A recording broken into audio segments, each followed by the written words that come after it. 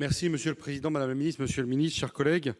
D'abord, je voudrais au début de mon intervention évoquer la mémoire de Pierre Fauchon, qui était un sénateur du groupe de l'Union centriste et que j'ai eu l'occasion de connaître, évidemment pas comme collègue, mais il était attaché à mon département. J'ai eu l'occasion de discuter avec lui des conditions dans lesquelles la loi Fauchon a été écrite.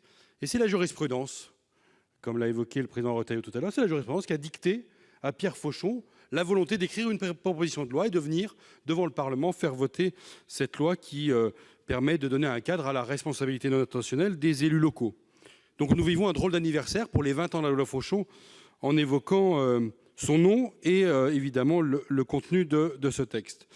L'inquiétude est immense chez nos collègues, c'est un euphémisme, et malgré l'heure tardive, je peux vous assurer que beaucoup de maires nous écoutent, vous écoutent, Madame la Ministre, dans notre débat. Les uns et les autres, vous pouvez en être témoins. On a un certain nombre d'échanges avec eux et je crois que c'est vraiment le rôle constitutionnel du Sénat de faire ce travail.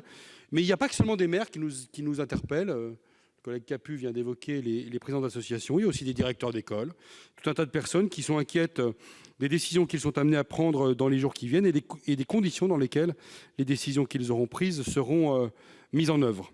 Donc, je ne comprends pas cet amendement qui, en guise de contribution au débat, consiste à l'anéantir, à dire oui, il y a un sujet, mais ce n'est pas le moment de l'aborder, alors que des tribunes dans la presse ont été écrites par les élus, que les associations nationales d'élus ont pris la parole, que des parlementaires de tous les bancs ont posé des amendements, le premier étant Hervé Maurey pour notre compte, qui a essayé de prendre la plume et d'écrire quelque chose, puis la commission des lois s'en est saisie, enfin, on a une amorce de quelque chose qui est faite. Le débat en commission était passionnant ce matin, je peux en témoigner. Et comme Hervé Maurey, moi, la conception de la navette législative qui consiste à anéantir le travail du Sénat d'emblée et à dire que l'amélioration viendra forcément de la majorité à l'Assemblée nationale et que forcément là-bas ce sera meilleur qu'ici, c'est quelque chose qui ne correspond pas du tout à la raison d'être